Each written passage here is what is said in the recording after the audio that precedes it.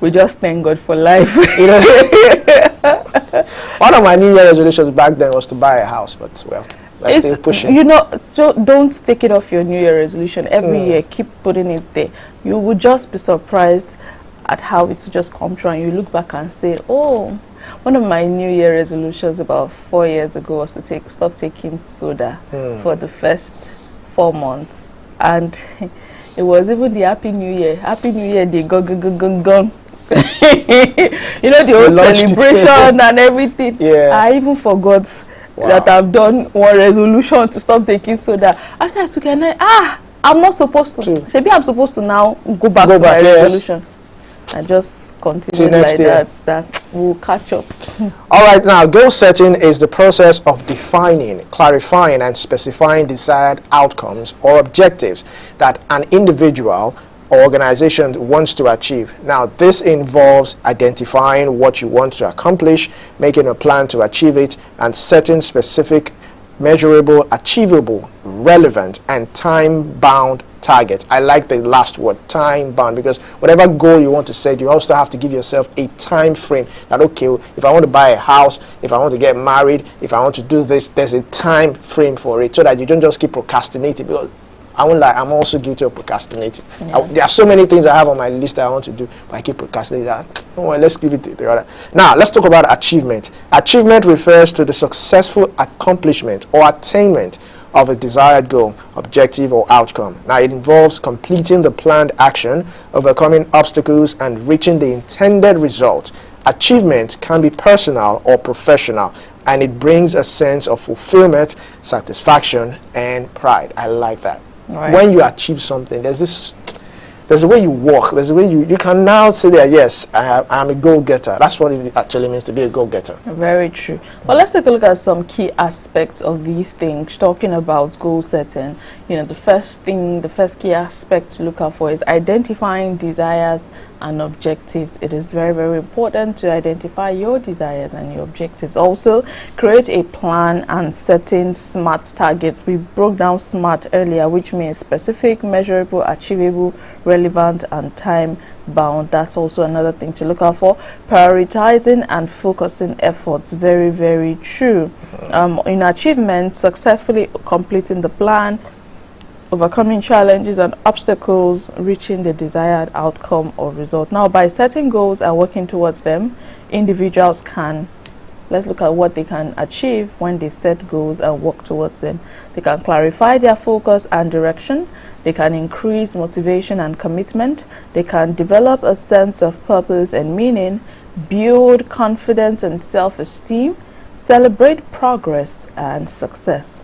Now remember, goal setting and achievement are ongoing processes that help you grow, learn, and succeed in various aspects of life. Very, very, very true. Yes. So that in other news, as much as, you know, it can be very tasking and exhausting sometimes to meet up with your goals, not because you don't want to, but these days different things just keep coming up. You've set a goal to maybe purchase a new computer, yes, by the end of next month, and you're working towards it, and somehow an emergency just comes in and you have to divert a little. Don't beat yourself up if you cannot. Another thing to look out for is, don't beat yourself up if you cannot meet up with certain timelines. I know you feel, oh, I should have, but also you know, congratulate yourself on how far you're trying. You know, it's not so easy. Yeah. But at the same time, don't keep procrastinating and procrastinating. If it's not an emergency, then focus on your goals. That's all I'll say. All right, the last thing you said here, which is build confidence and self-esteem, is what I like, because when you achieve your goal, when you go, even before you achieve, now setting goals also build self-esteem, because when you are going after something, there's this sort of pride, there's this sort of focus, and except you are distracted, it builds some level of confidence, because you set, and it's all, of course, when you are setting goals, you set goals higher than what you expect. It's better to set goals that you think you might not achieve, so that even if you don't achieve that particular goal, you achieve something better than where you are. which is also good, and it builds self-esteem because you feel confident about yourself. You know that yes, you can actually do certain things, and it also inspires you to do more. So I think that's all we have right now from Banters and Etiquette. Very shortly, we will start off with the newspaper review. Stay tuned.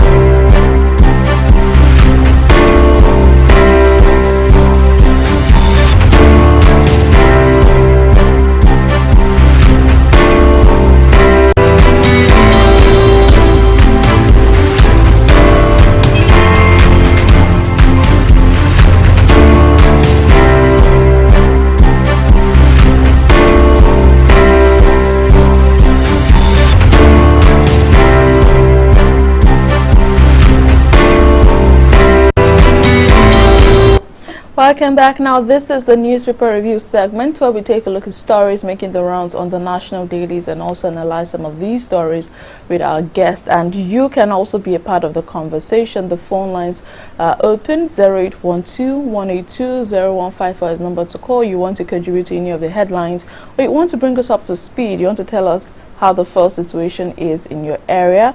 Do well to call us. I would definitely take your calls. We are also streaming live on X, Facebook and YouTube at High Impact TV. You can also drop your comments there and we'll do well to take them. But let's kick off with the Vanguard newspaper this morning. It has a very interesting read as the major caption talking about this whole fuel situation, just as we are waiting for NNPCL to lift the fuel Dangote refineries. We were promised, well, we were told 15th of September, which is Sunday, but there were also reports in the course of the week that they might not be able to lift it on Sunday. But this one on the Vanguard newspaper says this: petrol price, NNPCL and Dangote in gritty horse trading. A couple of riders to that story. Price negotiation meeting continues today. We will be guided by PIA in accepting any price. That's coming from the NNPC. If they fail to buy from us, we export. This statement is credited to Dangote, and you know this had been mentioned earlier as well, that he's also looking at the international market. So he has come out to say it again that if they fail, who is the day? Nigeria. They would export. The last rider here says depot owners have petitioned President Tinubu over diesel price. And okay, there's one more: scarcity. Hawkers sell cheaper than fuel stations. How true? This is according to an investigation. That one is on page 14, while the others are on page 5. Hawkers are the ones that do black market. And you know, I've heard their prices. I've never purchased from them before, but they seem to be very, very ridiculous prices. But now, well, for some fuel stations in other parts, not Lagos, I know about Ogun State, I know about Oyo State, particularly Ibadan. I know that they are selling from 1,001 to thereabouts. But I've not seen any fuel station in Lagos in my own environment, and based on research, that is selling at 1,000. The highest I've seen is 925 naira. But this investigation saying hawkers are selling cheaper than fuel stations, that's quite disturbing. Very disturbing and concerning, I guess. Well, let's take a look at some other headlines on the Vanguard newspaper. Just above the masthead, FCDO letter: Nigeria signs deal with UK, gets 589 billion naira aid. That's on page 8.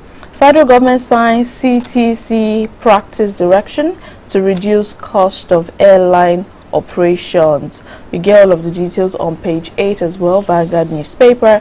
48 million Nigerians still practice open defecation. This is coming from the UNICEF. This is some sort of hazardous thing, I must say. Open defecation, it's not safe. Causes pollution, cholera. and all of that. But you want to get details, it's on page 10, Vanguard newspaper. Beside that story, 400 deported Nigerians arrive Abuja from the United Arab Emirates. Why are you smiling, Olumide? No, welcome back to Nigeria. Is that the way they want to be welcomed back? We're talking about deportation here. Obviously, they must have not met some requirements from the UAE, so they were deported. Well, better luck next time. Wow. Okay, that's on page 9. Olumide doesn't seem to really be bothered about that. But we have a pictorial representation of the peace accord on Edo election. We're gearing up for the elections. Another one, we see President Tinubu visiting King Charles, the UK. I think that's it. Those are the stories trending and making the rounds on the front page of the Vanguard newspaper this morning. All right, quickly, let's move on to the Punch newspaper this morning. On the Punch newspaper, it takes us to Edo State, Edo governorship poll. Opposition fears violence as PDP shuns peace accord. We have just a write-up to that story. It says INEC distributes batches of PVCs today and polls hold next Saturday. Abdulsalami panel sues for peace. Yes, I think in yesterday's papers, Governor Obaseki said or backed out. It was reported that he was backing out of the peace accord. And Vivian and I were talking about what's the significance of that peace accord. Does it actually work? Does it guarantee no violence during elections and all that? And seeing that he is reported to be backing out of the peace accord, is there any significance to him not signing that in the first place? I mean, but we'll see how that also goes. Now we have another one just beside the nameplate here. It says here, I can't really see. Okay, let's move on. Just atop of the nameplate, it says NNPC Dangote Eye crude sale product buy back deal. NNPC team to recruit. Okay, let's move. It's quite very small. Yeah, it's very tiny this morning. Yes. But maybe we take other stories. Yes. Now it says here, Tinubu governors Obasanjo mourned as Obaka joins his ancestors. All right, below that we have a picture representation here, but let's take this one. It says here PCF governors. It's quite it's very unclear. Very so unclear. I don't think we'll be able to take. We'll be able to take that. But let me quickly move to the Daily Trust newspaper this morning. Let's quickly take the Daily Trust newspaper. It has to do with Borno flood, which is really a major concern as this morning, as at yesterday or earlier this week, we had about 1 million Nigerians affected by this flood. So it's really concerning. Now it says here, Borno flood, my wife, 5 kids missing. This is coming from a survivor. It's when I see headlines like this, I just ask myself, what exactly could be going through the mind of this person? His wife and 5 kids, let's just say, that's his entirety, you know. And the fact that he doesn't even know if they are stranded somewhere, trapped somewhere, or if they are still alive, you know, it's very concerning. And honestly, the situation is, what's the word? I was still seeing some videos yesterday, and at the point I just had to shut myself out of it, because it can take a toll on you when you see people struggling, losing their loved ones, their properties. But we sincerely, just as NEMA is, you know, working on the whole process, we saw that condolence visit was also, I saw the governor of Lagos and some other people went to pay a condolence visit and all of that. Yeah, I think the federal government has budgeted some certain amount for relief, but you know, I think right now we need to also take preemptive measures. It was also reported that the flood has affected the correctional center, which I find very strange or rather weird. And the teaching hospital. And the teaching hospital, cemeteries, even reptiles are everywhere. People sleeping on the street. And you know, Borno, apart from this flood, Borno is also, when it comes to insecurity, Borno is one of those places that is really being affected. Particularly Maiduguri. Yes. And this is what we're talking about. Well, we hope that we would, the federal government can bring about some sort of succor. I know IDP camps are being they've established some IDP camps. Yes. So our thoughts go out to them. Now, one of the writers says, this is in relation with the headline, my wife and 5 kids missing. The survivor said, I thought I would die with my 6 children. Now, it says here, the Kano operators collected 100,000 naira to rescue my sheep. You see, the thing that I always say, that sometimes we also are the cause of some of our problems. And Yoruba will say something, meaning that like you are the one, we are doing ourselves, yes, if I can put it that way. Because this kind of situation now, people have started to extort people. You see that people are in need, you are in this thing together, and some people, the next thing that comes into their head is how to extort. Yes. It's okay if you want to make money. There were times when during flooding, there were people that even in Lagos, yes, they will carry you to, you know, take you to the other side. I think it was for 200 naira, also 500 naira, I can't really remember. But when you are now, Kano operators collected 100,000 naira just to rescue sheep. What if they now want to rescue human beings? That's a big question. I'm just curious. Now, it says Nigeria's Governors Forum visit affected areas, donates 100 million naira. Governor Fintiri donates 50 million naira. And it says 259 dead, over 1 million affected in 29 states. This is coming from the National Emergency Agency. The Emergency Management Agency, I beg your pardon. Now, above that, we have APC State Chairman worried over hardship. The worry will not change anything. The federal government is worried. The worry will not change anything. Worrying cannot solve anything except actions, and the right actions are put in place. So let's move away from worrying to doing what is needful. Yes, talk about being proactive. Now, it says here 400 deported Nigerians arrive Abuja airport from UAE. Now, the question is, this 400 people, why I smiled is this 400 people now, what is going to happen? Is there any provisions for them, how they are going to settle in? Because usually when people get deported, stories that I've heard, they don't allow them take any of their belongings. They just, once they pick you up like this, it's straight. So you are not even allowed to pick your belongings or do anything. So you are basically stranded. And so I hope maybe the NIDCOM and all that, maybe they have some sort of, maybe they will have some sort of package for them just to get on with life. Now, moving further, we have bandits kill 3 soldiers and others in Zamfara abduct 4 at Katsina Hospital. Now, this it's now training. They are kidnapping nurses and patients in hospitals, and you wonder why this new trend is happening. Different things just keep evolving every day. We've seen school children, teachers being kidnapped. We've seen the old. We've seen people being kidnapped at religious centers. Yes. And now, let's not forget that a couple of months back, there was a bomb attack. Yes. Where a funeral was targeted, a hospital as well was targeted. So these are new strategies that these bandits come up with, and before you know, it starts to seem like a normal thing, in quotes. I mean, killing soldiers these days is almost like a normal thing for this band. It's the audacity that you can go after a soldier and without thinking of... Uniformed men, our uniformed men, they are being attacked these days as well. All right, moving on, we have just 4 stories left. 30 die in Kaduna and Kano road crashes.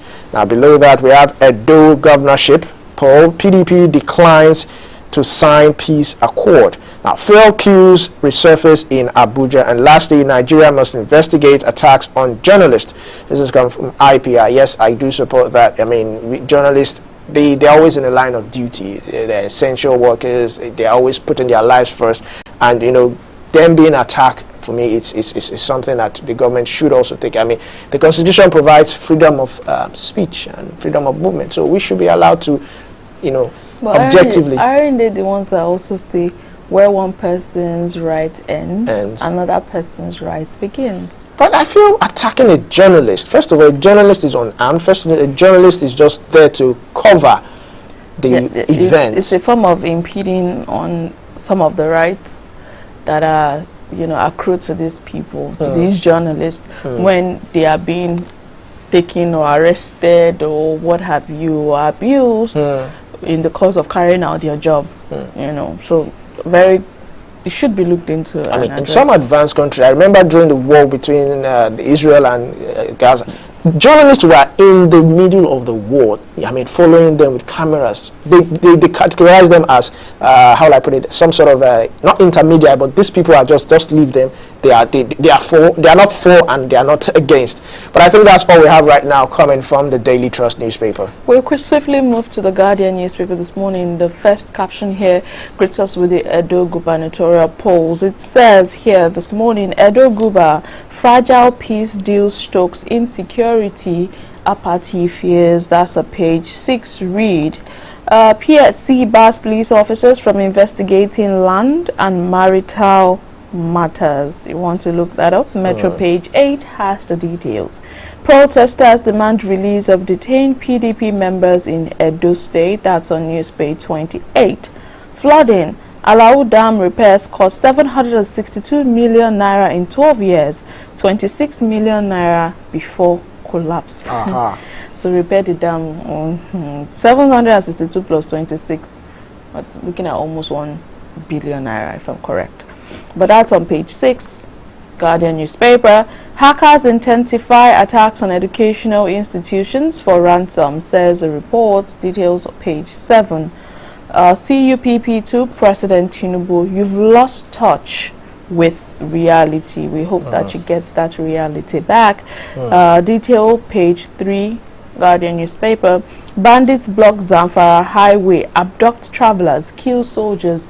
Every day we see, this is the video of you know, some of the people that were kidnapped while traveling. Like, these are people that's witnessed some of the stuff that happened, and we see that it's concerning. Most of them just have their hands on their waist. Some are making phone calls, trying to see how they can, you know, address the situation.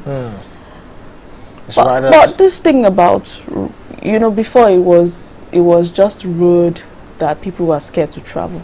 Remember that there was a time you moved to trains. Yes. Trains were also the bombing of the train.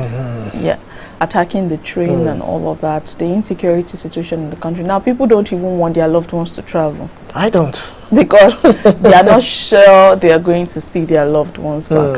In fact, there's been a meme that has been trending on social media that traveling by night is so, I don't know if you've stumbled on it, traveling by night is so fantastic, and then someone responded, it's just a meme, that until you wake up with a phone call and they give you the phone, that you talk to your people.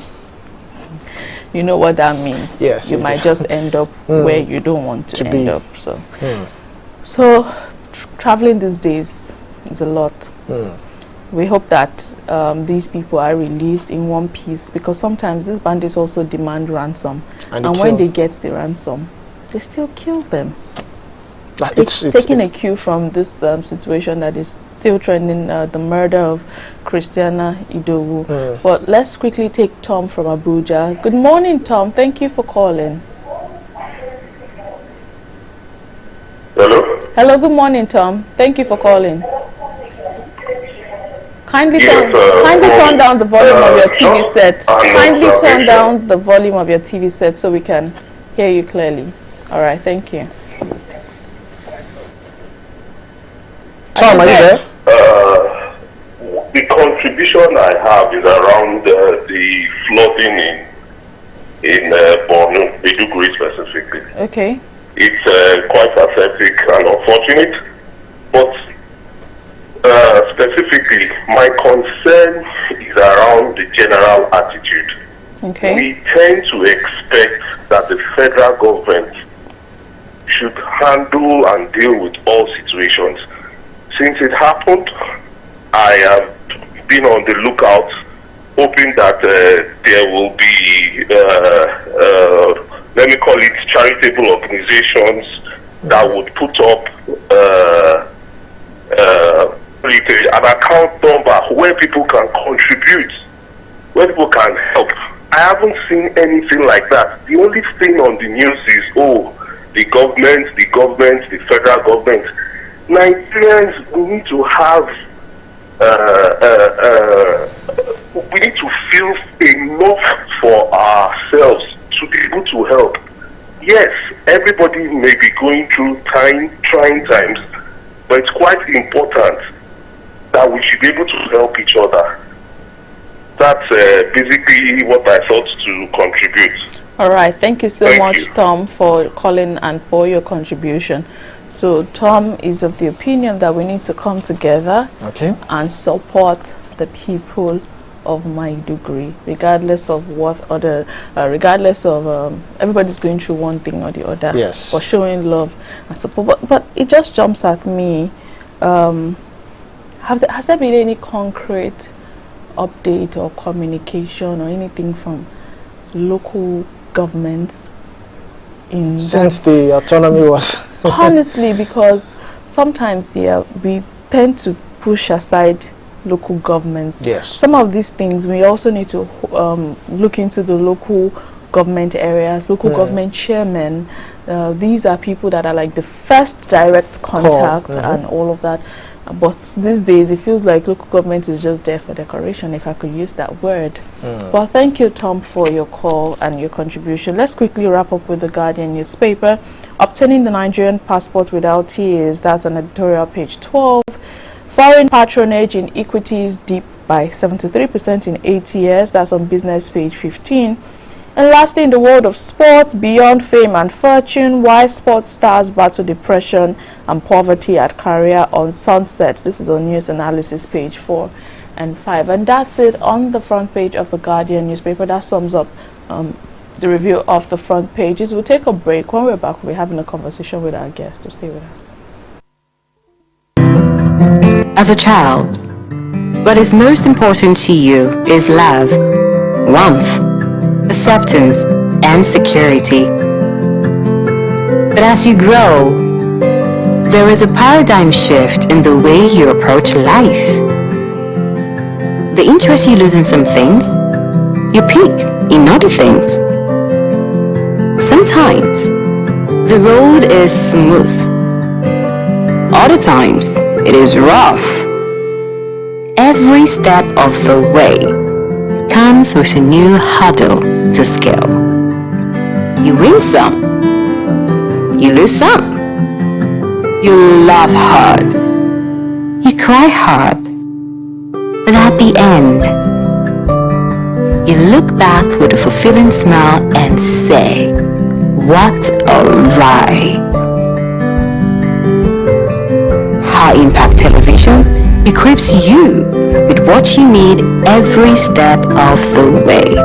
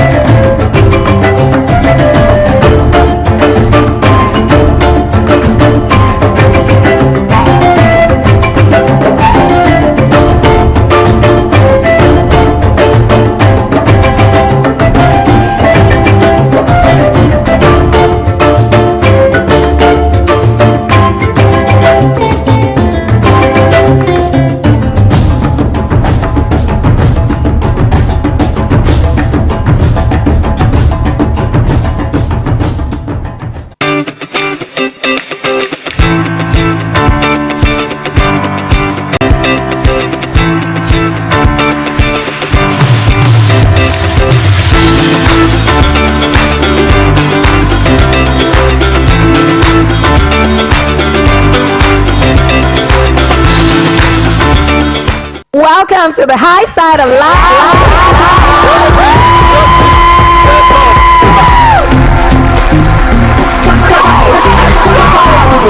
Every day at High Impact 102.1 FM, your urban lifestyle station. I just want to be here.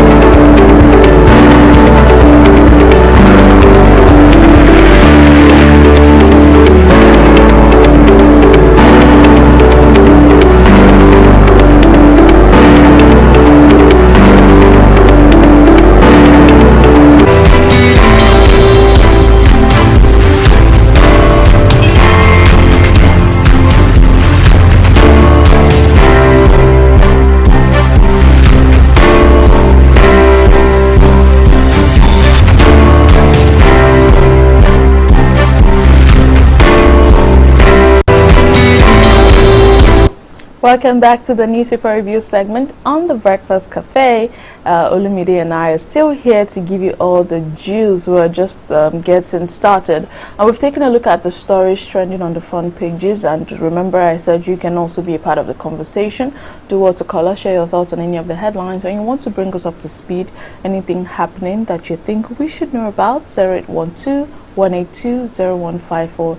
is the number to call. You know, I want us to touch, just before our guest joins us, this headline about NNPC, Dangote, eyeing crude sale, product buyback deal. I'll just take a brief read now. The Nigerian National Petroleum Company Limited and the Dangote Petroleum Refinery are wrapping up discussions on crude oil sales by NNPC to the Dangote refinery in Naira and the buyback of refined petroleum product from the $20 billion plant in Naira. Now, parties in the deal may conclude discussion next week, according to the Vice President of Oil and Gas at the Dangote Industries on Thursday during a space session. Olumide, hearing this headline now, how exactly do you react to it? What do you think? What do you make of it? Considering the fact that we've not even concluded on our price and lifting of the petrol, maybe that would have even eased things a bit. And then seeing this coming out now. Well, I still feel there's this shroud of secrecy between the Dangote refinery and the federal government. It's like they're not really telling us what we need to hear or what we need to know. We're just hearing meetings. I mean, Dangote refinery didn't just start today, it didn't start this year. So this talk should have been had probably at the beginning of the year. I mean, you plan to roll out fuel by October or by September. You should have negotiated with the federal government as to how much you are to sell. And let's not forget that at a point, Dangote was frustrated. He had to come out and he started, opening Pandora's box. And sabotage. He talked about sabotage. Took some shades at NNPC and all that, talking about some people working in NNPC having a grinding machine in Malta. He said so many things before even President Tinubu had to step in to try and douse the whole thing. And now we don't even know how much. We don't even know. We're not even sure whether the price might be even more than what it is right now. Or have you even thought of the possibility that, based off the headline, I'm trying to remember the paper where a Dangote refinery, Dangote was talking about exporting. Have you thought about the possibility that, what if this doesn't even eventually happen? What if eventually Dangote focuses on exporting? It's a win for him. But a loss for us. All right, let's welcome our guest in person of Folusho Olakpo, who joins us this morning virtually. Good morning. Thank you for joining us, Folusho Olakpo. Are you there? All right. I think the network is quite unfriendly. We'll do well to have him join us once again. I think the producer is trying to resolve that. But like I was saying earlier on, well, it's a win for him. That's why he's making that statement. I think that statement is to remind the federal government that, look, whatever you people are trying, whatever games you are playing. Okay, let's take Ayorinde from Ogun State. Good morning, Ayorinde. Let's have your thoughts. Good morning. Good morning. Good morning. Good morning. We can hear you. Please proceed. Good morning, Ayorinde. Are you there? All right, do also call us back. 0812-182-0154 is the number to call and share your thoughts. But I learned we have Folusho Olakpo back on the line. Thank you for joining us, Folusho Olakpo. All right, network. So just like I was saying, I think he's making, it's not sort of a threat, but a statement of fact that if you guys do not, I will take it outside and I will still make my money. So it's a loss for us if he sells outside, because I believe that even if he sells outside, it will cost Nigeria more to now buy from him. Maybe we have to be importing what he is selling to other people and we're importing it back into the country. It's a whole lot. We're all still intertwined.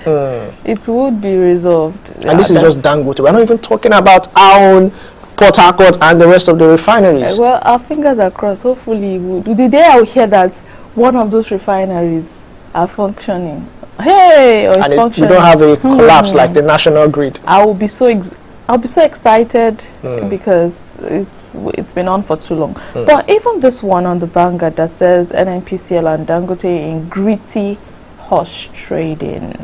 You know, amidst the lingering supply bottlenecks in the petroleum downstream sector, the uncertainty around pricing has pitched the management of the Nigerian National Petroleum Company Limited and that of Dangote Refinery in a battle to determine petrol price acceptable to all stakeholders in the petrol supply value chain. Now, the bone of contention includes the social impact factor in balancing market with affordability. Now, Vanguard learned that a wide gap exists between offer prices given by both parties.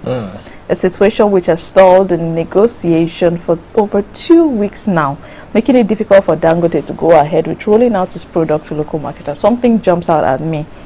Vanguard learned that a wide gap exists between offer prices given by both parties. That means there's a lot of disparity in the prices and they have to meet in the middle. So who is on the higher side? Who is bringing the price down? Is it Dangote that is on the higher side, or is NNPCL that is on the higher side? But let's try to have Folusha Olakpo one more time. Thank you for joining us, Folusha Olakpo. Are you there? All right, Speaking already. Okay. Good morning, Folusha Olakpo. Yes, good morning this morning. How are you today? Very well, thank you. My beautiful Amazon, pleased to meet you again today. Olumide, you are looking demorely. But Folusha Olakpo, let's pause you for a bit. Let's quickly take our caller, Fortune. Good morning, Fortune. Right. Fortune from Benin. Thank you so much for calling. Hello. Good morning, Fortune. We can hear you. Please share your thoughts in 30 seconds. Right, do well to call us back. What is happening in 0812-182-0154. Folusha Olakpo, thank you for joining us. The network is trying, but we would have this conversation. You know, just before you came on, Olumide and I were talking about a couple of headlines that had to do with NNPC and Dangote. You know, we've not gotten to a conclusion yet. And this one on the Vanguard newspaper was talking about how NNPCL and Dangote are in a gritty horse trading, saying that there's been a price disparity, a wide gap in the price disparity that both parties are offering. That's one of the reasons why Dangote has not gone ahead with rolling out its product, and it's been weeks now. Let's get your perspective on this. Well, it doesn't really come to me as a surprise. Okay. Because when Dangote, you know, during the last administration, when Dangote said it might come on stream very soon, then I think in 2022, and Nigerians were happy. Let me remind you what Mele Kyari said. He said, irrespective of the fact that Dangote Refinery came on stream, then that doesn't mean that there will be any decrease in the price of fuel.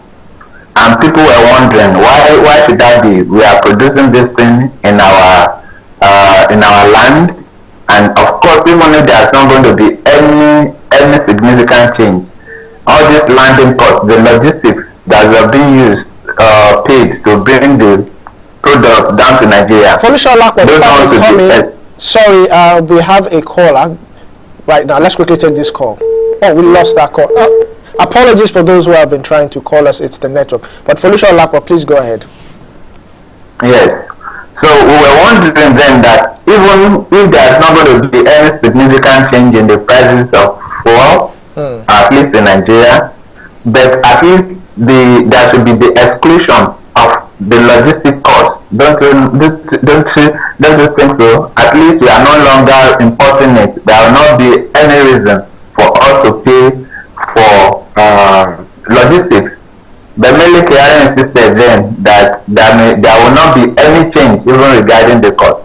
So that is when I know Mr. Dangote will be in a hot okra soup if the refinery comes up. And of course I was not disappointed. We saw NNPC, irrespective of the fact that Dangote has been, giving us the goings on even in his refinery, And when it has to come up, what is being done and everything, till today, they are still meeting about the price to be paid by Nigerians. You know, it appears that some demons are occupying NNPCL, so making it very difficult for Nigerians. Right. And to be sincere, I am praying that God should take preeminence over them. Right. Then secondly, is the issue that the PIA, the Petroleum Industry Act, expressly stated that there should, after the allocation of goods to the JVs, joint ventures, the OICs and everything, then there should be another allocation for Nigerian consumption. And those are the ones that the Venezuelans, the Libyans, and the Saudi Arabia and other oil producing countries uses to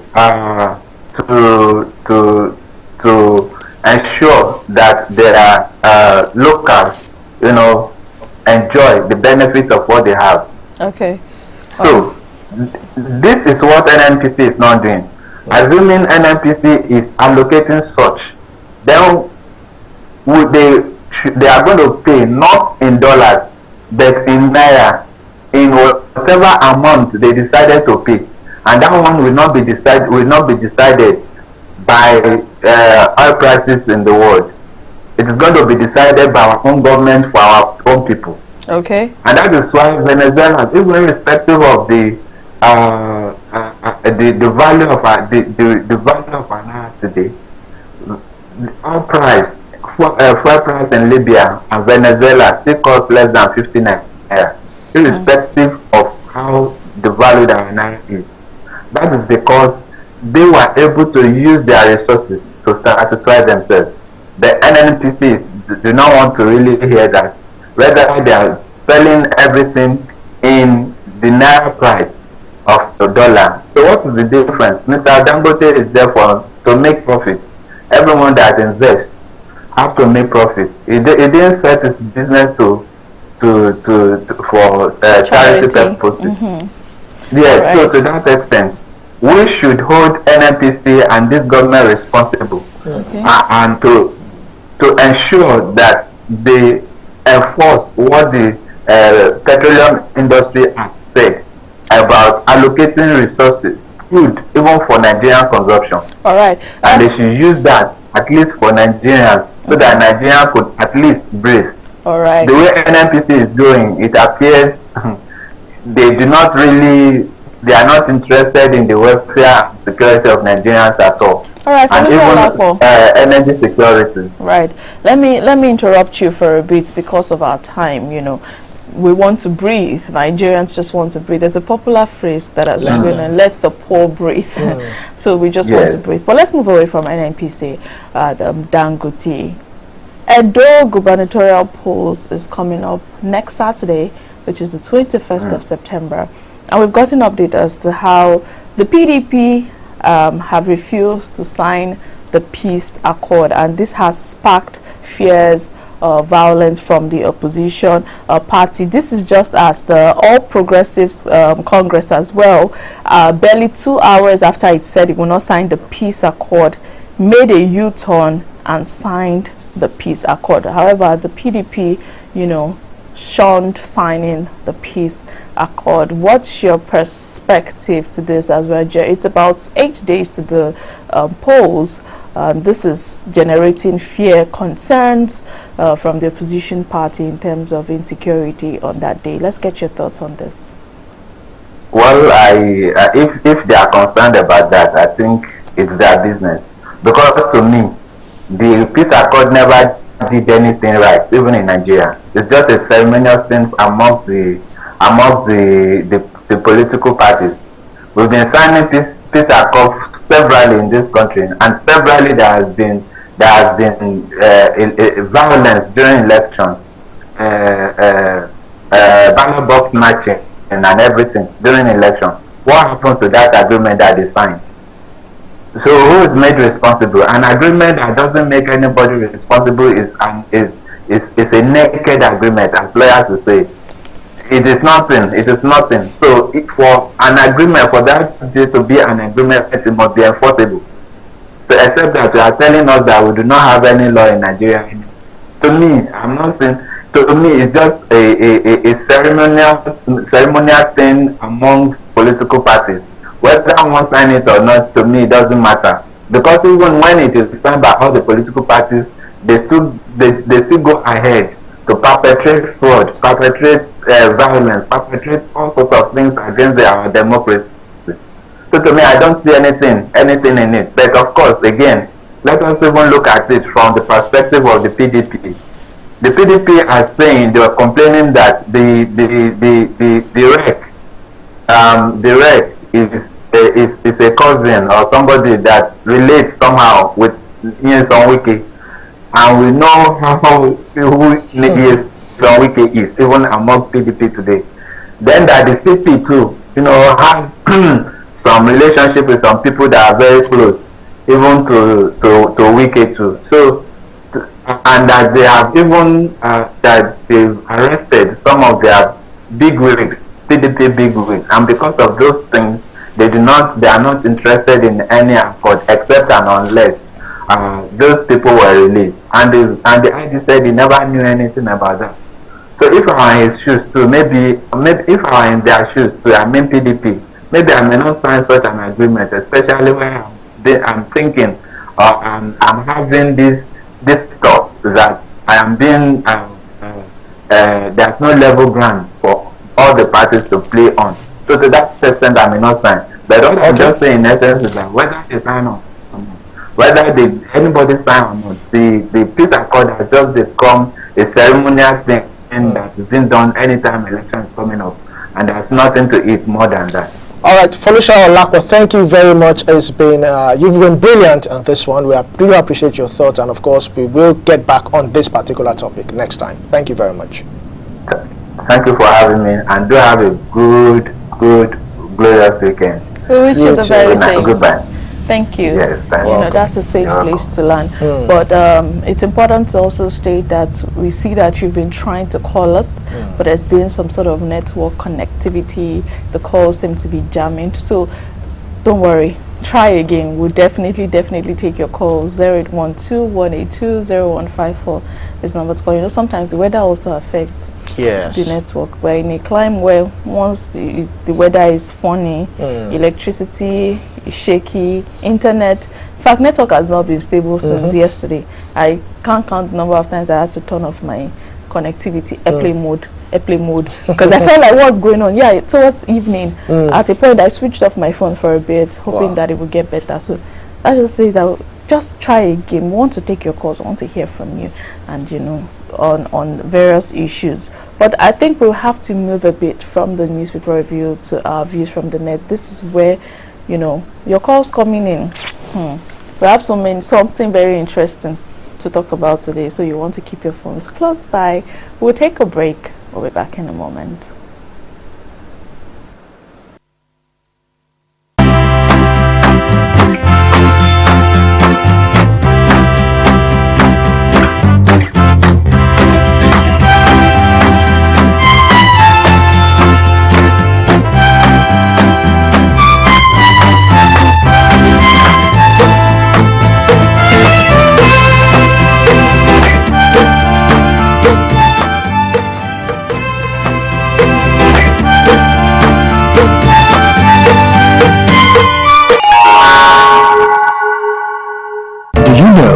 Production can kill a great content idea. Do you want to have a photo shoot, audio production, or do you need a professional voiceover artist? Do you simply want unmatched cinematography, video production, or just event coverage, such as weddings, birthdays, or burials? Or do you need a space for meetings or conferences? All these are possible with High Impact Studios. Don't bring down your creativity, let's help you take it high and out of this world with our state-of-the-art equipment and first-class studio space. We give you the quality you deserve at the best rate. For more details, call 0706-393-5694 or 0915-958-1881.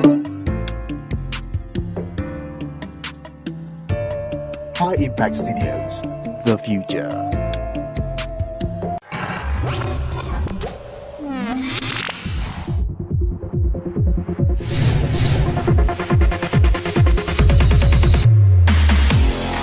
High Impact Radio, 102.1 FM. The future is now. Something big is in town. Something powerful and majestic. A mammoth creation destined to become a legend by all who encounter it. High Impact Planet, Nigeria's biggest family theme park, with facilities designed for friends, families, or large groups under a relaxing atmosphere. Be welcomed by wowing displays of animatronics, thrill out with realistic arcade games, or enjoy a number of thrilling heart-racing park rides. Experience the 5D and 12D cinemas and challenge your mates with bumper cars and go-kart races. Don't forget to slide into the ice rink or simply take time out to enjoy a pizza at our delightful restaurant and dessert spot, or at the exquisite club lounge. High Impact Planet, 12 Lagos Ibadan Expressway, Ibafo, opposite MFM Prayer City. Visit high-impactplanet.com for details and inquiries. Fun just got real.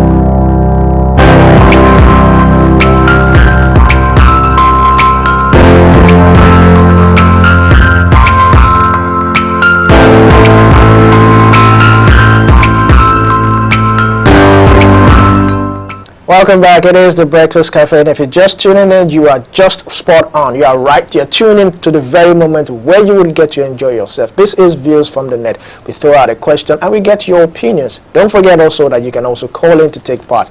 081-2182-0154. The number would also be displayed on your screen. So you can call in. Let's have your thoughts. Let's have your opinions. Let's educate ourselves so that we can learn better. Now, the question for today is very, very germane. It says, what is that one thing that used to be affordable but is now a luxury? So let me start off with Sarah. What is that? Why are you always starting off with me? Vivian would also say, let me start off with Sarah.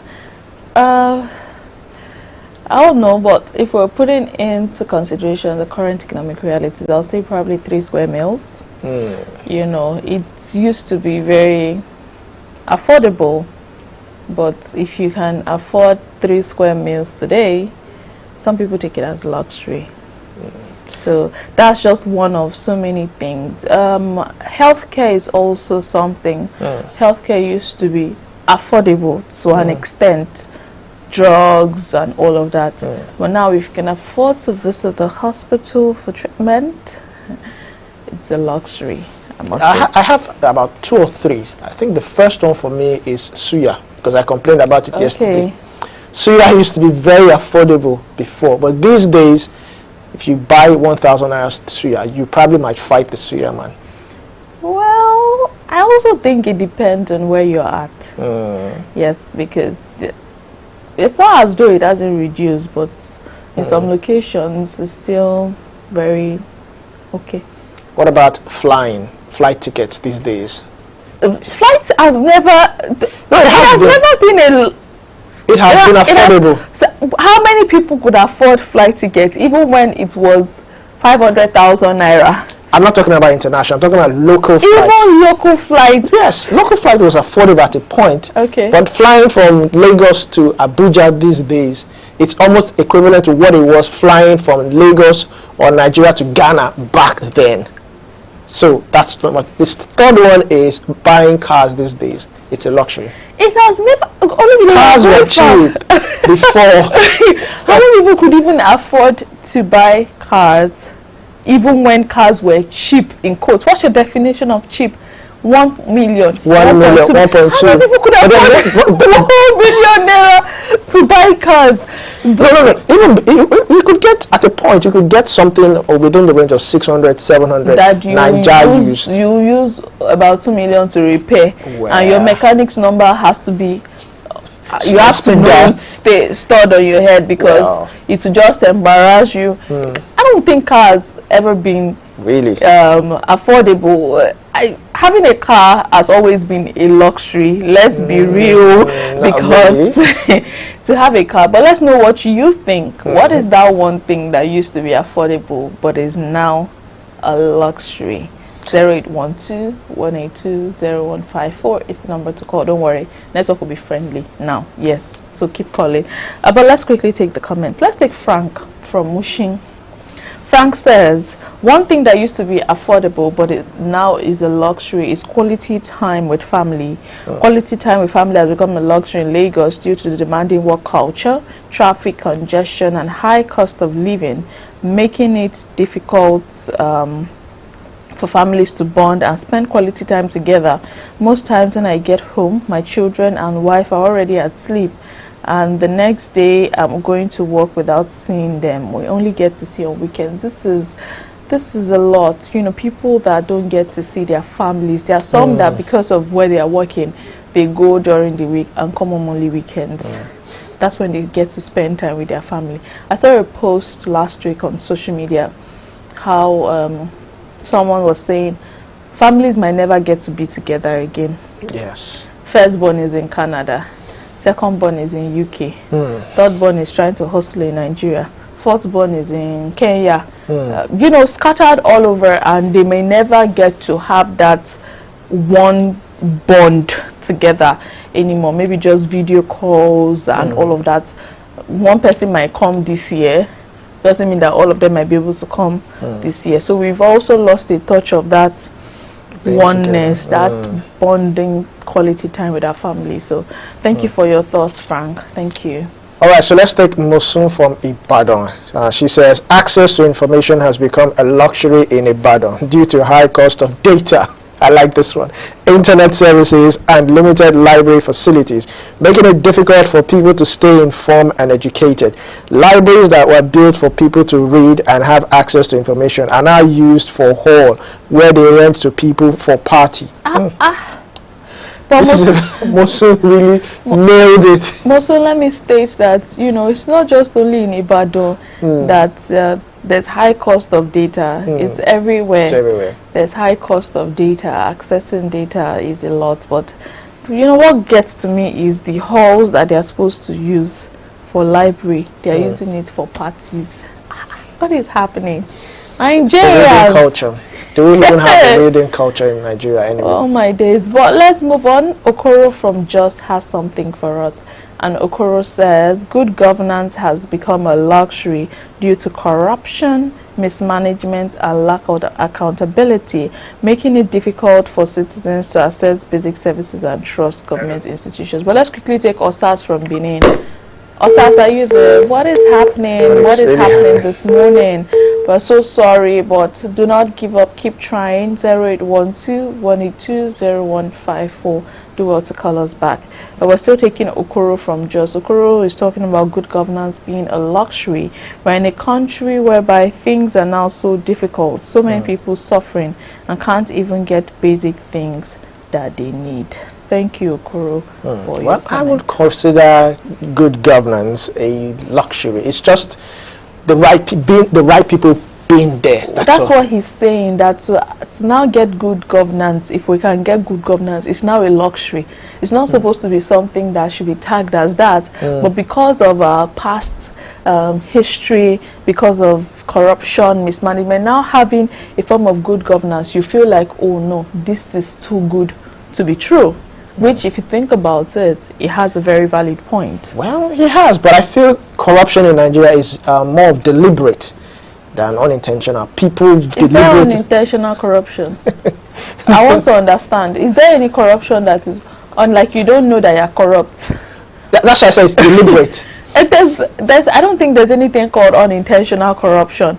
Well, people that choose to be corrupt, it's like they know. They know. So I don't think you say, oh, I did not know that I'm being corrupt. Hey, this is not a movie. All right, let's go ahead. This is Ramat from Yabatech. Clean environment. Clean environment has become a luxury in Enugu due to pollution, lack of waste management, and environmental degradation, making it difficult for people to live healthy lives. Ramat from Yabatech. I'm quite confused. Ramat from Yabatech.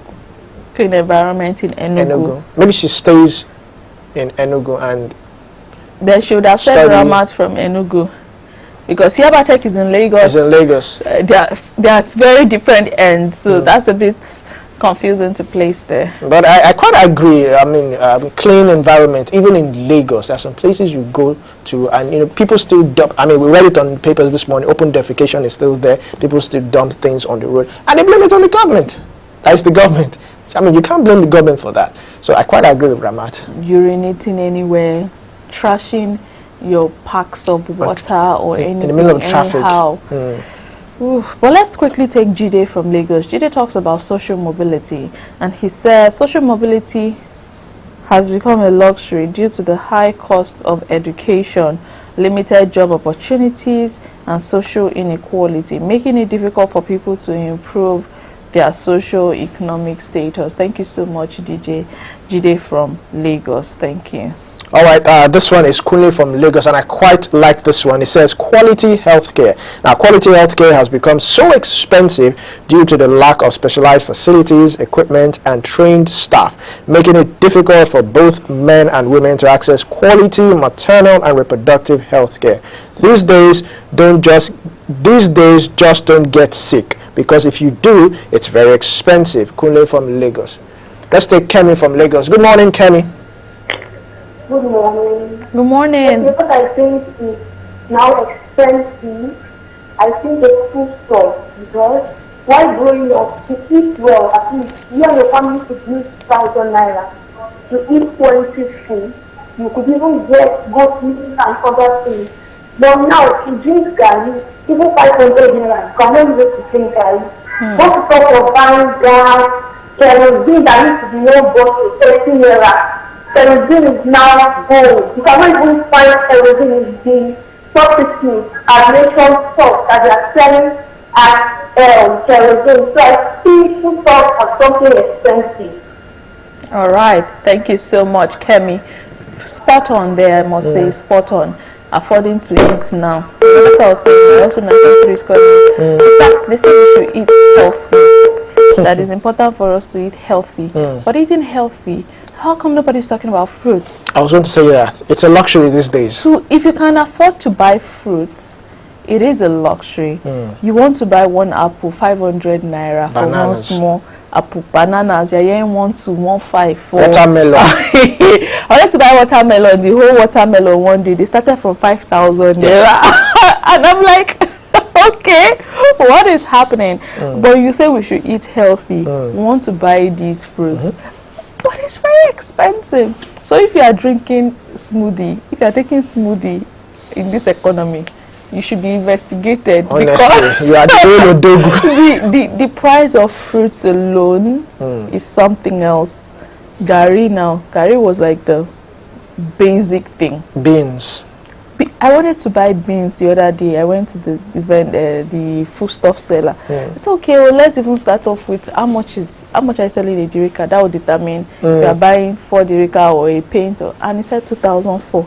I first paused. I said beans, so beans that we used to buy 700, 800, 1,000 for a derica, you know. And these are the things that used to be very affordable. By the time you cook 1 derica of beans, you and your household, you will eat it how many times? But now, before you buy the beans, before you buy pepper, before you buy palm oil, before you buy maggi, before you buy salt, before you buy this and that, yam. I was getting there. I am really pained about that yam because I love eating yam. I can eat yam every day. I am really pained at this point about yam. As you're mentioning yam, I just remembered how angry I am. I bought yam, 1 tuber of yam for about 4,000 naira. Was it not last week or so? And I just cooked it once. Second time I wanted to cook it, the yam was bad. Became black. I'm telling you. Like it wasn't bad like when you're peeling it. When you cook it, apparently it was not a good yam. I was so angry. I'm like, in this economy, with the amount we are buying yam, never again. It happened to me too. I peeled the yam and I was seeing black, and I was really mad that why? I mean, had it been I'd seen it from the outside, I probably wouldn't have bought it. But seeing peeling yam halfway or half of the yam and it's spoiled, and you're like, wow, what is left? Right. Well, let's quickly take Mercy from Egbeda. Mercy says access to justice has become luxury due to the high cost of legal systems, legal services, corruption, and delay in the justice system, making it difficult for people to access fair and timely justice. These days where different things happen, we find it so hard to get justice. Where is the law in the land? Big question, multi-dollar question here. Thank you, Mercy from Egbeda, for your thoughts. You know, reacting to this, a friend of mine called me, said someone was owing him about 2 million. So he was looking for an influencer who would call him out. You will still pay the influencer? Yes, but he felt, so I was like, why not just seek a lawyer? You will pay the lawyer. But he felt that paying an influencer is cheaper than getting a lawyer. Because you pay, by the time you want to collect 2 million naira and you have spent almost 1 million to get the money back, you'd ask yourself, what exactly am I doing? So that's another thing. When people have cases and they decide not to push, sometimes it's not because they don't want to, it's just because they can't afford to. But there are lawyers that are also stationed for these things. Yes. But let me say, it is bad as it bad. You still spend some money. All right, let's move on. This is Kayode from Egbeda. Quality education for girls. Quality education is now scarce due to lack of education items that should be in schools, limited access to education, and societal attitudes, making it difficult to access quality education in Nigeria, I guess. This is Kayode from Egbeda. I quite agree. Quality education. I mean, JAMB has reduced its cutoff mark to, I think, 140, and you wonder, are we actually encouraging, just like one of the opinions you read now talking about libraries being converted to party halls, and you know, the reading culture, education, our curriculum. I don't even know whether AI has been incorporated into our curriculum, because I mean, what are they teaching it? How many schools have laboratories? Let's start off with that. Right, but I like this next comment so much because it just pricks a part of my heart, and it's from Queen from Great Yabatek. Queen is talking about affordable housing for low-income earners. This is a big deal. Another topic. Affordable housing for low-income earners has become something we shouldn't talk about due to the high cost of building materials, land, and rent, making it difficult for low-income earners to access decent housing. If you know the amount renting a house costs now, it's so expensive. God help you. You meet a wrong agent, or more, you pay for what you did not buy. You see this thing? My friend is currently facing it. First off, you're earning 150,000 naira a month, or maybe 200,000 naira a month, and you just want to get a decent, maybe mini flat or self-contained. You have to work for, let's say, 5 years before you can even save off the rent. Yes. That's if you're even very prudent. And your basic salary is 200,000 naira a month. Then you now save up the rent for a mini flat, and the rent is about 800,000 naira. Depending on the location. It also depends on location. You first look for the agent that will take you to the house, and then you pay the transport fee of the agent. Inspection fee. You shall, and the more times you are going, the more you are paying. For every time you go, you pay. Yes. When you now see the house, 800,000 naira, you pay agreement and commission. Those two can amount to like 200,000 naira. You pay damages. You buy foam. You buy God. form is like 10,000. That time when there was a time I was house hunting, form then was 10,000 naira. So now it will be like 20,000 naira. You buy all these things before you know you are hitting 1.5 million. Some will now say, no, we're not taking 1 year. You have to pay that 1.5 or 2 years. 2 years. And then you just want to start furnishing the house. You buy chair, you buy fridge, you buy you are hitting 2.5 million. Where? How? For a low income earner. So this is a big deal. That's why I said, because these days a lot of people, that's why they say, people that say I can't wait to leave my parents' house. If you know what is outside, you will be sure that you are ready, because it's a lot to set up, especially if you are just starting from the scratch. That agent's fee, agreement and commission, I think that it needs to be properly investigated. Where is it coming from? I know there's a time where in Lagos State they said landlords must not collect more than 1 year rent, but I don't think that's in a standing, because I still know a particular landlord, his own is 1.5 upwards. You know, so we need to understand what is this agent fee, agreement and commission. Even when you are talking directly with the landlord, they'll still tell you pay agent fee. Where is the agent? Well, that's another topic for today. But I like us to do a quick math. Let's say, for instance, you want to acquire a house. Maybe the cheapest house, is 10 million naira. And let's say you manage to save 100,000 naira every month. That's 1.2 in a year. Now, how many years are you to save 10 million naira? That is if you are hopefully in good health. Before you can even save 100,000 naira a month, you are probably earning like 500,000, 400,000, because you have other bills to sort out now. So for you to be able to say you can save 100,000 naira a month, you're probably earning 500,000 naira a month.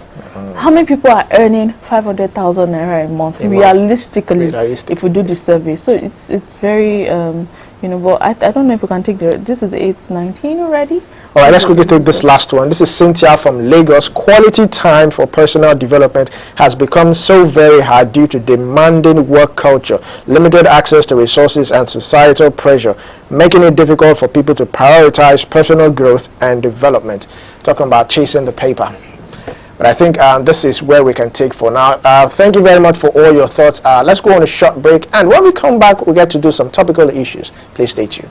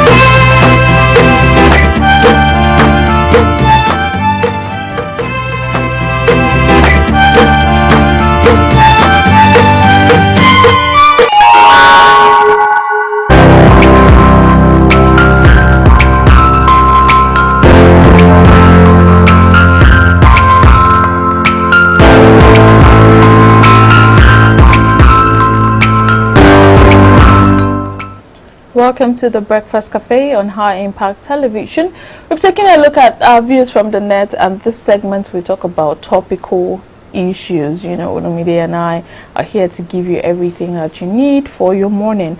And today we'll be talking about something very important, talking about analysis of government economic initiatives and programs. So many times we hear the government is rolling out this, the government came out with this initiative, this program, the government has put it in place to ease the hardship on the people or cause some sort of relief. But today we want to analyze and look into it properly. When we say analysis of government economic initiatives and programs, you know, these are policies, projects and activities which are aimed at promoting economic growth, development as well as stability. Now they help to address challenges like unemployment, poverty and inequality. But if we're going to analyze Nigeria, for example, some of the economic initiatives that has been rolled out, would we say it has successfully addressed the problems of unemployment, poverty and inequality? Let's start off inequality. The wide gap between the rich and the poor, there's no middle class anymore. And I don't know whether the government are actually taking that into consideration, that there's no middle class anymore. So what is really happening? Unemployment is the reason why people are leaving in droves. There's mass exodus. And it's not just the unemployed, even the employed, lecturers leaving, teachers leaving to go clean floors outside. Even the employer. Yes, there are times when employers, they will say, you know what, I'm leaving. They will pack up their businesses and everything and they will just leave. And it's so amazing how people would sell their properties worth millions of naira to travel out of the country and go do menial jobs.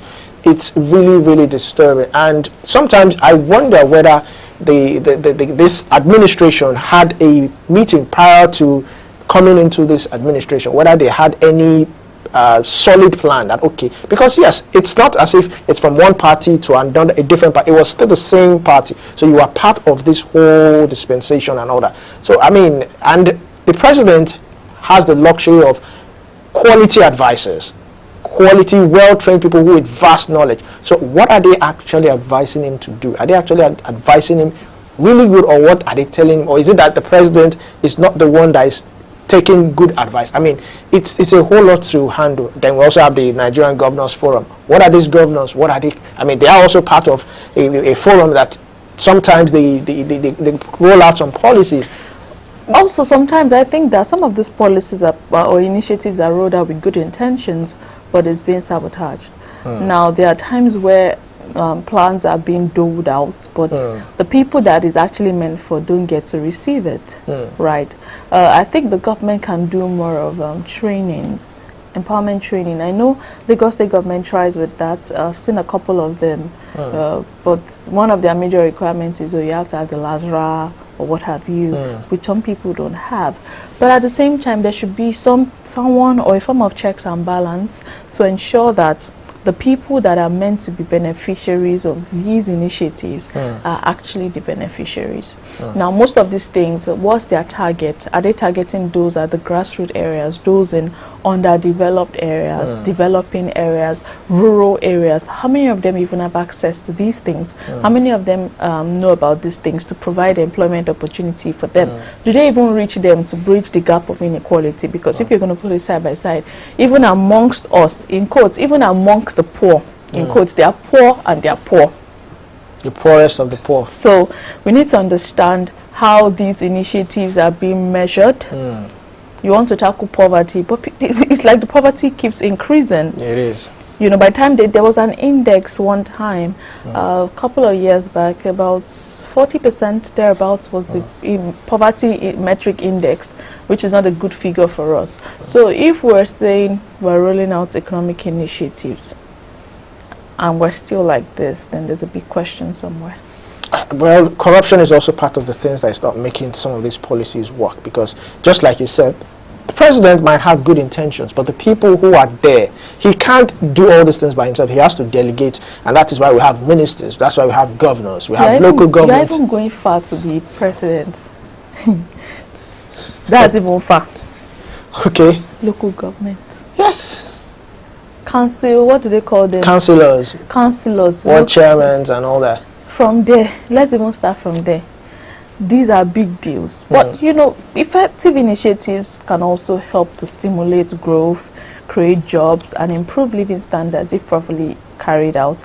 They can also reduce poverty and inequality by providing opportunities for marginalized groups and promoting inclusive growth. So that thing on marginalized groups, I'd like to get into the details. But joining us this morning to have this conversation is Adeniyi Ifetayo. He is a media analyst. Thank you so much for joining us, Adeniyi Ifetayo. Yeah, the pleasure is mine. Good morning. Good morning. Morning. It's our delight. All right, we're talking about analyzing and analysis of government economic initiatives and programs. As a media analyst, I'd like to ask, what are some of the criteria that you use to evaluate the effectiveness of government economic initiatives as well as programs? Yeah, you know, until the masses, until the people feel the impact of your initiatives or program across board, regardless whether a region, maybe because they said these people really voted for me, like we had the former president who said, I belong to nobody, I belong to everybody, you understand? So until the people at the grassroots level really felt the impact of your initiative, of your program, they have access to it, and that is when we will say that we're having a feedback. It's just a pity that when most of the presidents, once they have the minister or special advisor, most people, they most times stay in the Federal Capital Territory, you know, where they don't really, even sometimes you'll be wondering, did this advisor really advise the president or the governor or as it were, you know, but because they most times stay within the corridor of power, they don't have a touch base. Some of them, once they are, you know, whether selected or elected into the position of power or to the position of authority, that's the last time you will see them in their constituency or once in a blue moon. But that is not how it ought to be. If I were to be whether the president or the governor, you know, I'll be asking my people every day, you must, not every day, maybe once in a week, I must have a feedback. You know, feedback helps you to put your program in shapes. It helps you to know what you are doing wrong or what you are doing right. And also, whether being the president or the governor, as you have a media sit-up, you know, maybe once in 3 months, once quarter, or, you know, in a quarter, or once in a month or bi-monthly, so that you can have feedback. You can even do a calling and make the line open. Let's hear from these people, because just like I heard when Olumide said that, you know, corruption happen to be the bane of most of these initiatives. Yes, the Mr. President might have a you know, a good heart, a good program, but if the execution is not properly managed, is not properly executed, it will still come back to grant level or zero. We still come back to zero level. There won't be any impact. There won't be any feeling of the programs. All right, so just like you said, the president or even the federal government, they always have good initiatives. So how can they improve, you know, these initiatives so that it can better, you know, achieve what it has been planned out for? I mean, for instance, we still have the minimum wage. I don't even know how it has been affected. Now we have minimum wage side by side with this fuel hike. We also have the CNG buses, which has not been rolled out. So how do you think the federal government can improve, you know, their initiatives, their policies, so that the people at the grassroots would actually feel it? It has to do with communication. They need to communicate these programs more effectively. They need to have a channels of reaching people. You know, I kept on saying that the issue of data might limit whatever effort the federal government is putting in place. Even if it's just only 4 CNG buses, let's assume in that 6 CNG buses, maybe one for excuse me, one for each geopolitical zone. You make announcement of it. You can send any SMS. They have all our numbers. They know how they tap number, or if they want to get information when it comes to security and all of that. 200 CNG buses have been released to South geopolitical zone. Ask your governor, ask your senator, ask your House of Rep member you know. But when it comes to they want to collect tax or some form of increment, you will see the announcement, the orientation, you know, they should go from door to door, just like you are doing campaign. That is how you communicate your program to the masses, the people who need it. It's not the people who have their own cars, who have fleet of cars or private jet, as it were, or they can afford to pay a flight ticket from point A to point B, that once they hear the information, you know, the effectiveness will not be there. You have our numbers, you have the data, at least, so to say, in code. So if you have all those that, for example, if they want to increase fuel, you know, even the mama with the village will not say they don't increase fuel or they want to increase fuel. That information alone, use the same strategy so that the information, whatever you are doing, let us know. And as well, integrity is of important. For example, now let's say a bottle of bottled water costs 500 naira, and the government is telling another of its agents that, okay, go and announce we have bought 2 cartons of bottled water for 2 million. You know, that one sound absorbed for people to, how can you tell me I'm paying so just like what happened during when they are passing the last budget. They did analysis of one solar street costing almost maybe 50 million naira. How did it come about? So because corruption has started from up, you know, trickling down, so it will be very difficult for that man to also say that, oh, they gave me 10. So it will be very easy for him that if the one at the top has already increased the amount that this thing costs, so let me also remove 2 or 3 for my own self or for my own political party. And of course, once a president has emerged, all the court cases have been adjudicated, let us rally together and become one. Nigeria should be first before your political party. Right. You understand? Not that whatever program, whatever initiative that have been released, it should be kept for people who voted me into power. It should be kept for my political party and those who believe in my program, not other party or opposition party as they normally call it. Okay, now talking about some of these initiatives, you know, they keep saying they are trying to target the poor and all of that, but how would you rate the inclusion of marginalized groups, the vulnerable, those that don't have access to what some of us have access to? How would you rate how the federal government, state government is trying to include them in some of these initiatives, and what are the better strategies they can adopt for better inclusion and growth? Yes, first and foremost, I would say 4/10. 4/10, the reason why you even earn 4/10 is because, yes, you said you want to do this, you want to do that, and that's why you have that 4/10. But talking about inclusion of the poor, the masses, or the people at the grassroots level, if they have not, you know, ratified that local government autonomy, that whatever belongs to local government, let local government administer it by himself, that the state government, the state governors, they are still trying to go to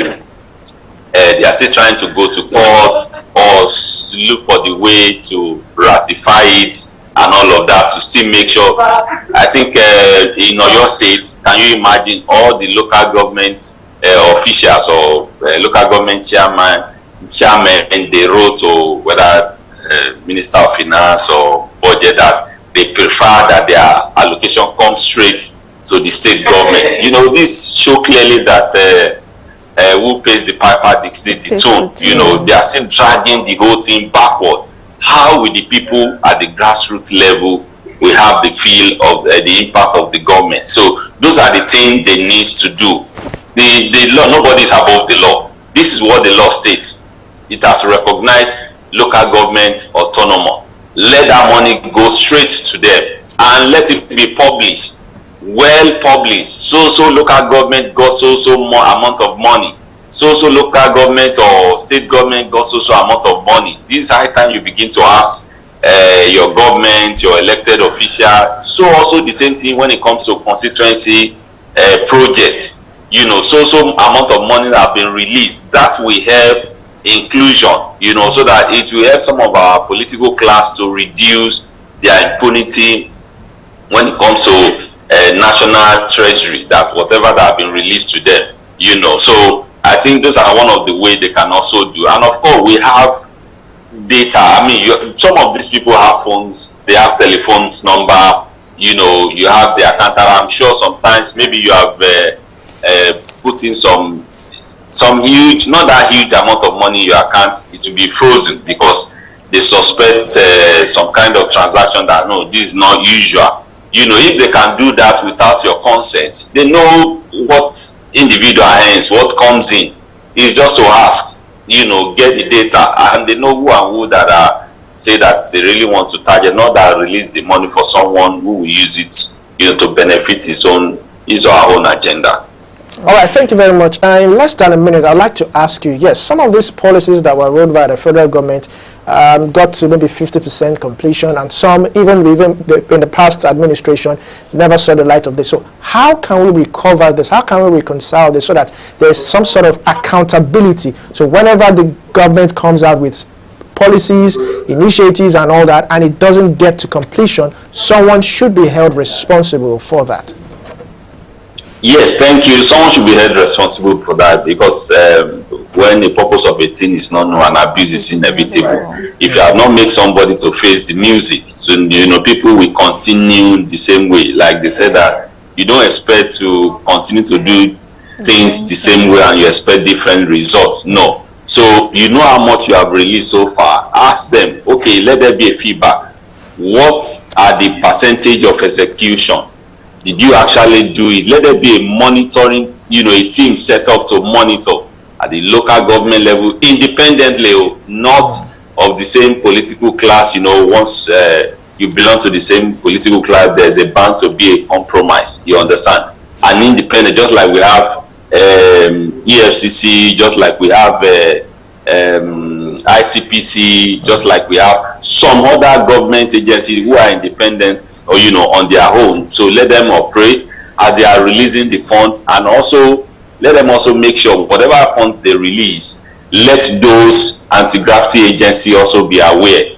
So local government, so region, so state government have been giving so amount of money to execute maybe palliative or something, that they want to get. So once they know that the anti-graft agency also, they are aware, that fear, not that fear, that consciousness will be there that, oh, somebody is watching, that there's a watchdog. But where there's no watchdog, there's a bound to be impunity, and where nobody has been arrested or made to face the music or explain, things will continue the same way they were. All right, thank you very much. This is a safe place to land. We do appreciate your thoughts. You've been very brilliant. Thank you very much. Yeah, thank you. It's my pleasure. Thank you. And greetings from Benin. Greetings from Lagos all the way to Benin. Yeah, thank you. Have a fantastic weekend. And you too. Bye. Bye. Interesting one. Someone has to be held accountable. Definitely. If one person if the appropriate punishment is meted out on one person, it would serve as a warning or a lesson to others. But if it just gets swept under the carpet, we'll keep saying the same thing happen. I will never forget the COVID-19 palliative. Till today, we don't know how that money or where that went. We just found or woke up to invincible or discovered warehouses storing this palliative, and no one was held accountable for it. I think if we start to look towards that direction, people would sit up. I think this is where we would end today's topical issue. Stay tuned. This is where it gets most exciting. This is where we introduce our games for Friday. Let's see what the producers has for us. But let's take a short break, and of course we'll be right back.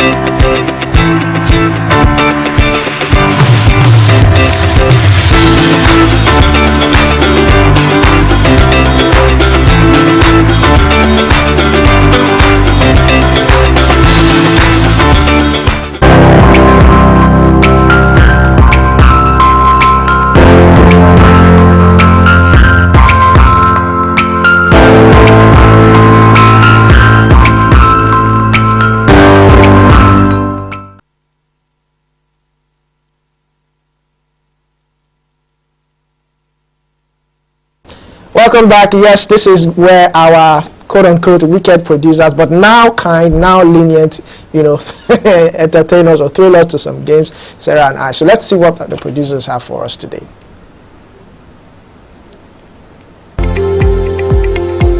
Yes, let's go.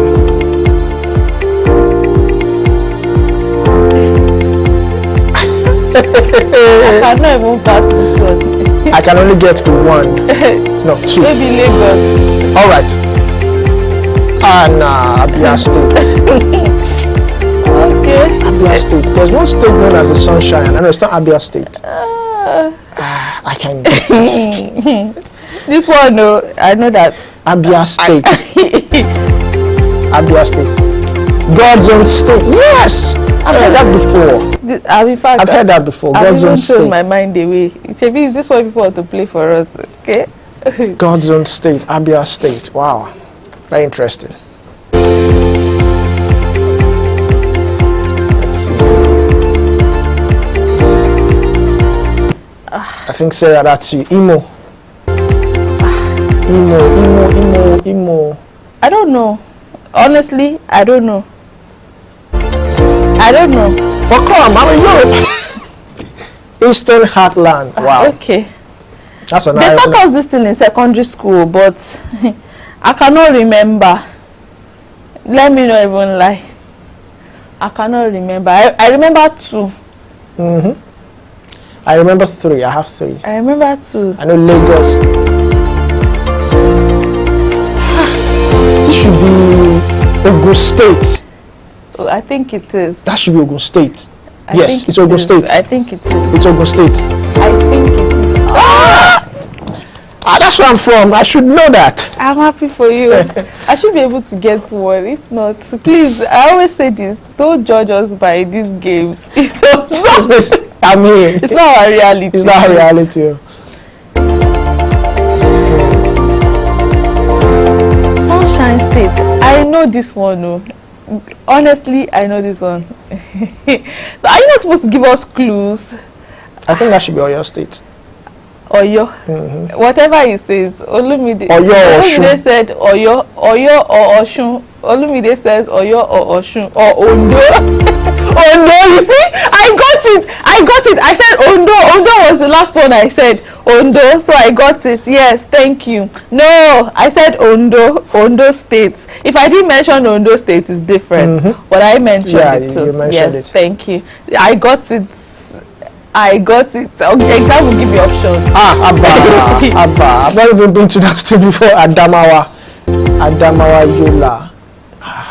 Instead of them to give us state and capital. Yes, that would have been better. Adamawa. No idea. Land of beauty. Give me Benue now. Food baskets. Give me Lagos. I know, you will not put that one. You cannot put Lagos. Never put Lagos. But let's see. Let's see. Delta. Wait. It has to do with a human organ. Delta. No, I think it's heart. The large heart or the heart of the nation. No, I think the large heart or the big heart or the large heart. I hope I got it. Big heart. You tried. Okay. You tried. Okay. Please. You tried. I've gotten two. Thank you. All right. Let's see.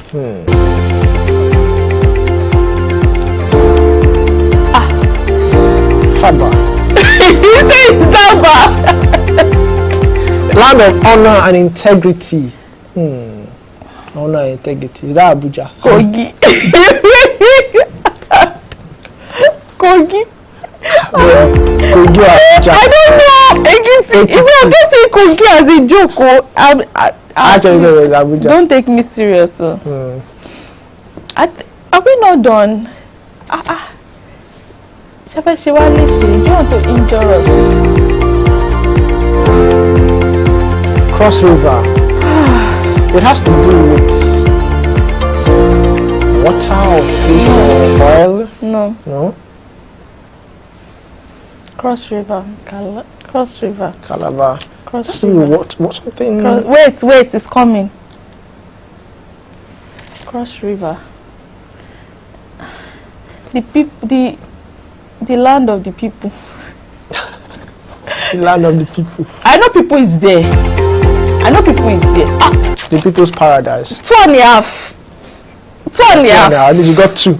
The people. 2.5. All right, let's see what I have.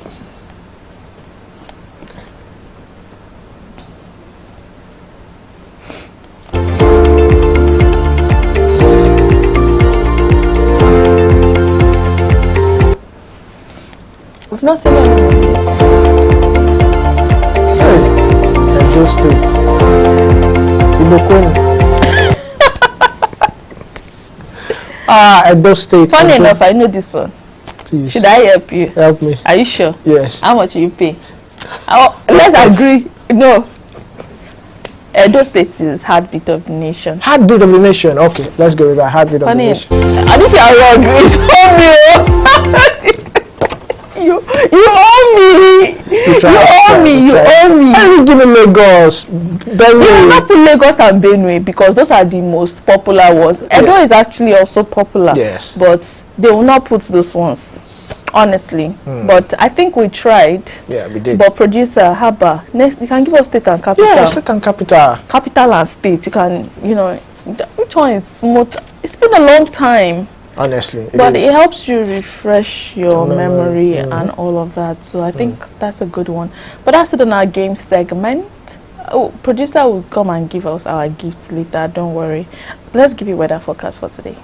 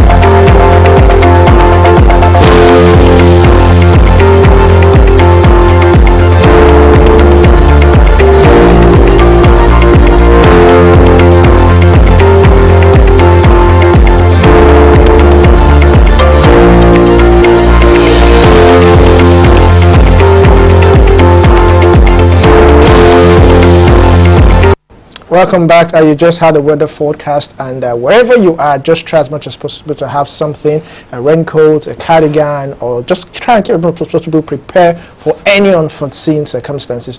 But this is where we get to say goodbye. It has been a pleasure. It has honestly been a pleasure being able to thrill you, educate you with quality and impactful discussions. But the bigger thanks is to you out there listening, watching from anywhere around the world on the television set and mobile devices. A big thank you to our producers, directors.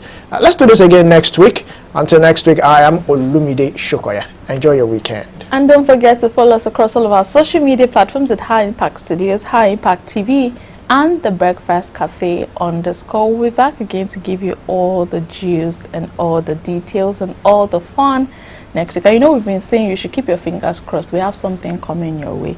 Don't worry, big announcement coming soon.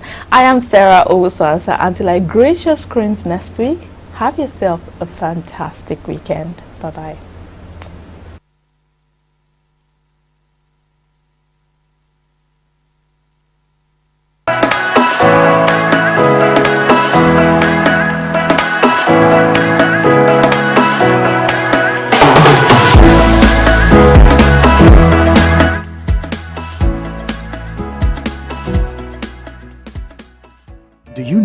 bad production can kill a great content idea. Do you want to have a photo shoot, audio production, or do you need a professional voiceover artist? Do you simply want unmatched cinematography, video production, or just event coverage, such as weddings, birthdays, or burials? Or do you need a space for meetings or conferences? All these are possible with High Impact Studios. Don't bring down your creativity, let's help you take it high. And out of this world with our state-of-the-art equipment and first-class studio space. We give you the quality you deserve at the best rate. For more details, call 0706 393 5694 or 0915 958 1881. High Impact Studios, the future.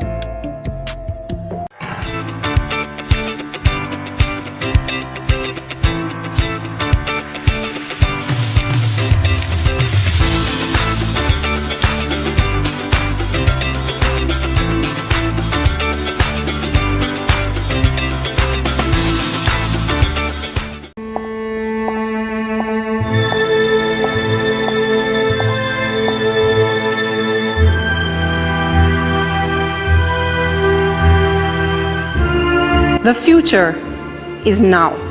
Yes, I said it. Is there really a future? Or is it just a facade of hope created to make you less docile? What if what you call the future is every time you're alive the next second, every time you impact someone to live somewhere? What if the future is not so far a projection as you've always thought? What if the future is a developing script of your life and you are the living proof? What if the future is this very moment and you are living in it? The uncertainty of the future bedevils your very existence. Yet every day you wake up, shake up, and make up. Time is not on your side, except the wristwatch on your wrist by the side. Yet you stall and stand tall, knowing that to see the future, you must stay alive. No one dictates the future better than you. The future is yours to determine. Call the shots.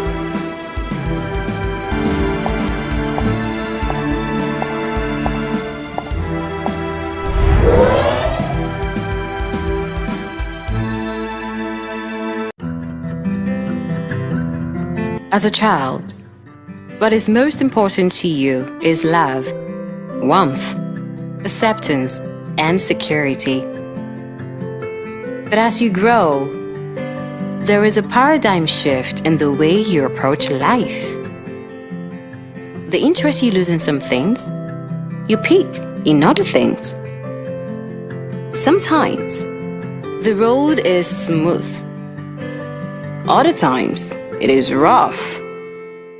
Every step of the way comes with a new hurdle to scale. You win some, you lose some. You laugh hard, you cry hard, but at the end, you look back with a fulfilling smile and say, "What a ride." High Impact Television equips you with what you need every step of the way.